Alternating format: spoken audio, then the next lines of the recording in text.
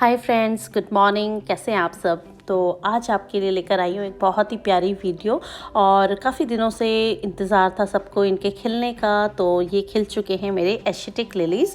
तो दोस्तों, इनको लिलियम्स भी कहते हैं और इसमें दो वैरायटी आती हैं। एशियटिक लिली होता है और ओरिएंटल लिली होता है। तो ओरिएंटल लिलीज़ की पहचान ये होती है दोस्तों कि इस फूल का जो साइज़ है वो काफ़ी बड़ा होता है और इसमें फ्रेगरेंस भी बहुत ज़्यादा स्ट्रॉन्ग होती है।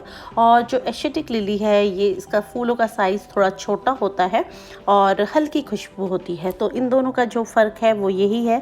तो विंटर गार्डन में अगर आप विंटर बल्ब्स लगा रहे हैं तो एक बार आपको उनकी लिस्ट दे देती हूँ कि आप कौन कौन से बल्ब्स हैं जिनको आप ग्रो कर सकते हैं विंटर गार्डन के लिए। तो दोस्तों, उसमें सबसे पहला नाम तो ट्यूलिप है, फिर लिलियम्स है, उसमें एशियटिक लिली और ओरिएंटल लिली, दो तरह की लिलीज़ हैं। फिर है गिलेडोली और उसके बाद है फ्रीसिया, नरगिस, डैफोडिल, हाइसिंथ, रेननकुलस। और दोस्तों, ये सारे ही बल्ब्स ऐसे हैं जैसे कि केला लिली हो गया, ये आप इस मौसम के लिए लगा सकते हैं और बहुत खूबसूरत फिर वो फूल देते हैं। तो दोस्तों, जो बात कर रहे हैं इनके बल्ब्स को लगाने की, तो आप इनको 20 अक्टूबर से लेके नवंबर एंड तक लगा सकते हैं, जिससे कि आपको 15 नवंबर के बाद से फूल देना शुरू कर दें 15 फरवरी तक। तो इस टाइम पे ही क्यों लगाया जाता है ये बल्ब, वो मैं आपको बताती हूँ कि अगर आप इससे ज़्यादा लेट कर देंगे तो जो फूल है वो आपकी फरवरी के बाद अगर खिलता है तो मार्च की जो धूप है बहुत तेज़ हो जाती है। उससे क्या है, वो फूलों के जो कलर्स हैं बहुत जल्दी उड़ जाते हैं या फिर फूल भी ज़्यादा दिन हमारे साथ स्टे नहीं करते। तो बिल्कुल आइडियल टेम्परेचर इसका यही होता है कि ये 15 नवंबर से 15 फरवरी तक हमारे यहाँ खिल जाए। तो दोस्तों, बात कर रही हूँ इसकी सबसे पहले इस बल्ब को लगाने की। तो जैसे मैंने आपको इसका टाइम पीरियड बता दिया, मैं आपको पॉटिंग सॉइल इसकी बता देती हूँ सबसे पहले। तो आपको जो 70-30 का रेशियो रखना है, यानी 70% आपको मिट्टी रखनी है, उसमें 30% के करीब आपको खाद डालनी है। खाद आप कोई भी ले सकते हैं, गोबर की खाद, वर्मी कंपोस्ट, या फिर आपकी कोई घर की कोई अच्छी कंपोस्ट मैन्योरिंग हो वो भी आप डाल सकते हैं। इसमें आपको अगर आप कोकोपीट की तरफ जा रहे हैं तो 40% मिट्टी लीजिए, 30% कोकोपीट और 20% के करीब आप इसमें खाद डाल दीजिए। इन सब का अच्छा पॉटिंग सॉइल बनाइए।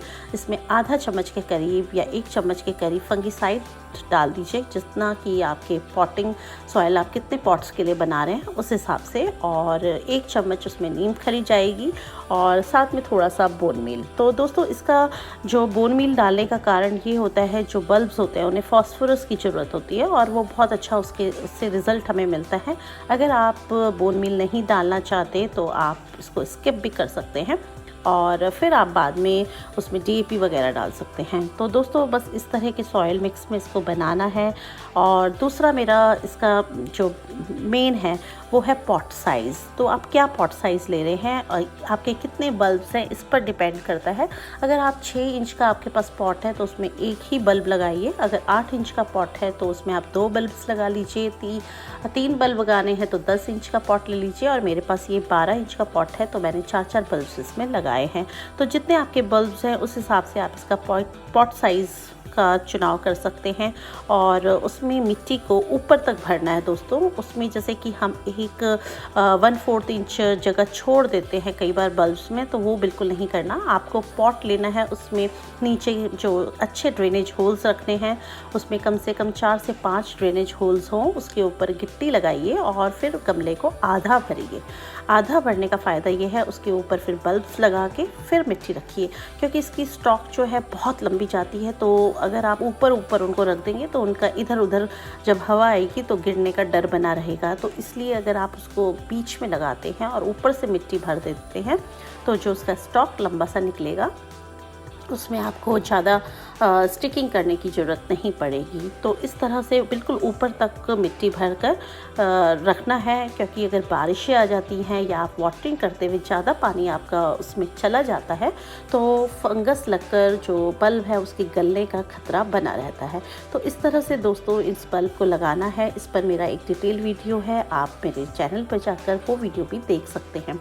दूसरी बात कर रही हूँ दोस्तों इसकी वाटरिंग की। तो वाटरिंग जैसे मैंने आपको बताया कि जैसे आप 15 अक्टूबर से 15 नवंबर तक अगर इसमें वाटरिंग करते हैं, आप हल्का पानी दीजिए, ऑल्टरनेट इसकी वाटरिंग कीजिए, रोज़ पानी मत दीजिए क्योंकि पाला बहुत ज़्यादा पड़ता है, ठंड बहुत ज़्यादा होती है। तो कई बार क्या होता है कि ज़रूरत नहीं होती है, ऊपर की जो सॉइल है जब वो सूख जाए तब आप इसमें पानी डालिए।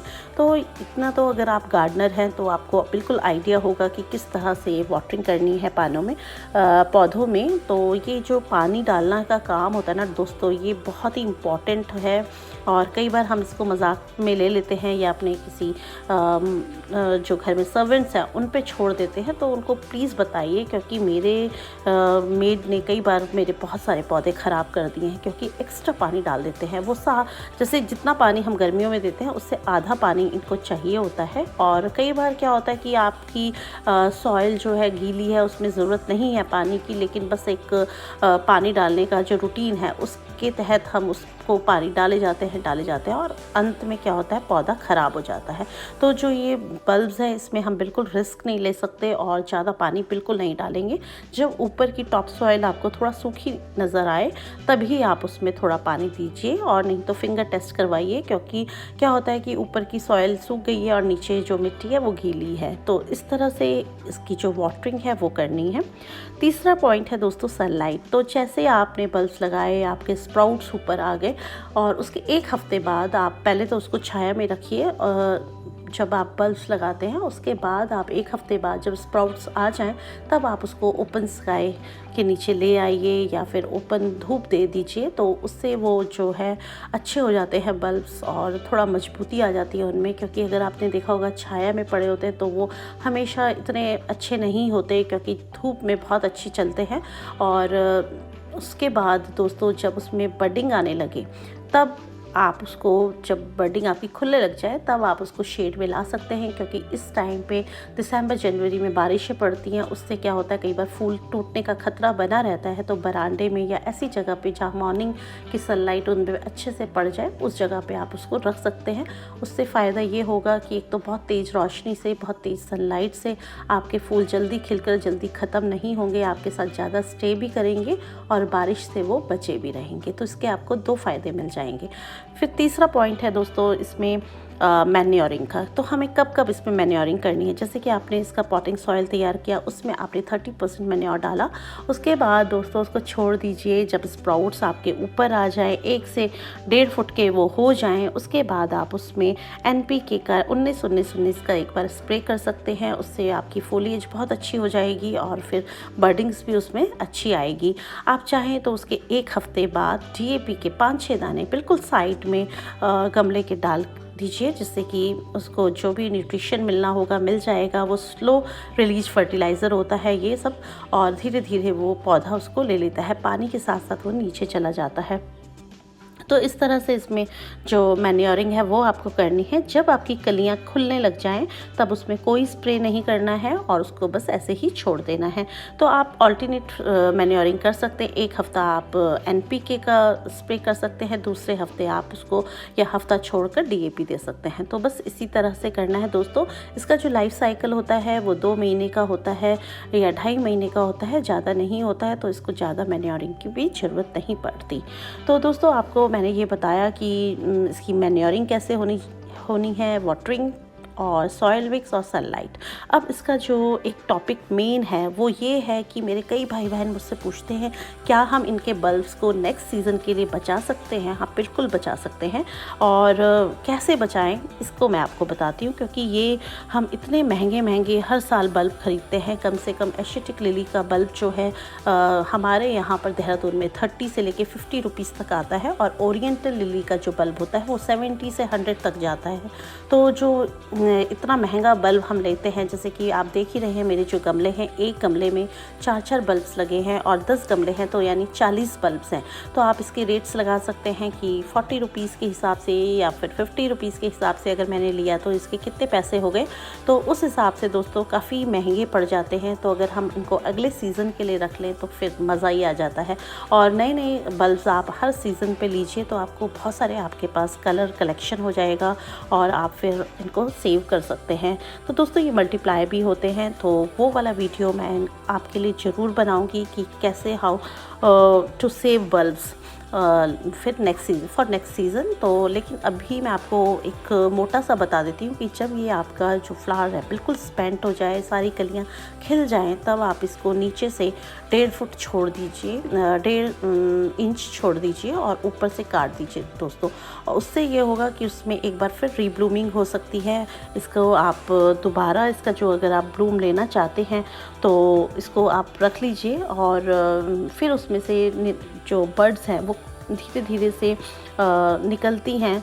और जनवरी में जो जैसे ब्लूम आता है, जब सारे फूल ख़त्म हो जाएं तो फिर नीचे से काट दीजिए। तो 1 अप्रैल से 1 मई के बीच में एक बार ये फिर दोबारा रीब्लूम करते हैं, दोबारा फूल आते हैं। दोबारा से इनको सनलाइट में रख दें, बल्ब को गमले में ही रहने दें, तो आपके जो ये बल्ब्स हैं दोबारा रीब्लूम करते हैं। और फिर उसके बाद दोस्तों इनको आप निकाल दीजिए अगर आपको इनको सेव करना है। तो अगर आपने कहीं क्यारी वगैरह में लगाए हैं तब तो आप उसको छाया में ही रहने दें, और अगर गमले में हैं तो उनको उसमें से निकाल कर, क्योंकि अगर बारिशों में वो पड़े रह गए उसमें तो गल जाएंगे, तो उनको बल्ब्स को निकाल कर 2 दिन छाया में सुखाइए। फिर आप चाहे तो इसमें हल्दी लगाकर इनको सील करके रख सकते हैं, या फिर आप इसमें फंगीसाइड पाउडर लगा कर इनको फिर आप रख दें। तो किसी गत्ते के डिब्बे में रख कर आप जैसे फ्रिज में जहाँ सब्जी रखते हैं वहाँ रख सकते हैं, या फिर आप कोकोपीट जो होती है, जो धुली हुई कोकोपीट होती है, उसमें आप इनको रख दें किसी प्लास्टिक की थैली में या किसी गत्ते के डिब्बे में। और फिर आप इसको 2 महीने बाद हल्का सा उस पर पानी का स्प्रे कर सकते हैं, जिससे कि उसमें मॉइस्चर बना रहे। और फिर नेक्स्ट सीज़न में आप इसको फिर अक्टूबर में, नवंबर में लगा सकते हैं। तो इस तरह से दोस्तों आप इसको सेव भी कर सकते हैं, इसका दोबारा से रीब्लूम भी ले सकते हैं। तो बहुत सारी चीज़ें मैंने आपको बताई हैं, मैं पिछले 5 साल से इनको लगा रही हूँ। तो अब मेरे पास इसका एक अच्छा एक्सपीरियंस हो गया, इसीलिए जैसे जैसे मैं करती हूँ वैसा आपको बता रही हूँ। तो आशा करती हूँ दोस्तों वीडियो अच्छा लगा होगा। अगर अच्छा लगे तो प्लीज़ लाइक कीजिए और मेरे चैनल को सब्सक्राइब कीजिए। फिर मिलती हूँ आपसे किसी नए वीडियो में किसी नए टॉपिक पर। और जैसा कि दोस्तों अब बसंत पंचमी आ चुकी है और स्प्रिंग टाइम होता है बेस्ट टाइम हमारे लिए जो फ्लावरिंग का, और नए नए फूल लगाइए, आपका जो गार्डन है पूरा रंगों से भर जाए, ऐसी मैं आशा करती हूँ। और बहुत जल्द मैं आपके लिए फरवरी में लेकर आऊँगी अपना एक पूरा अपडेट, जैसे जैसे अब फूल खिल रहे हैं वैसे वैसे आपको दिखाती चलूँगी। तो दोस्तों फिर मिलते हैं आपसे किसी नए वीडियो में किसी नए टॉपिक के साथ। तब तक के लिए हैप्पी गार्डनिंग, गुड बाय।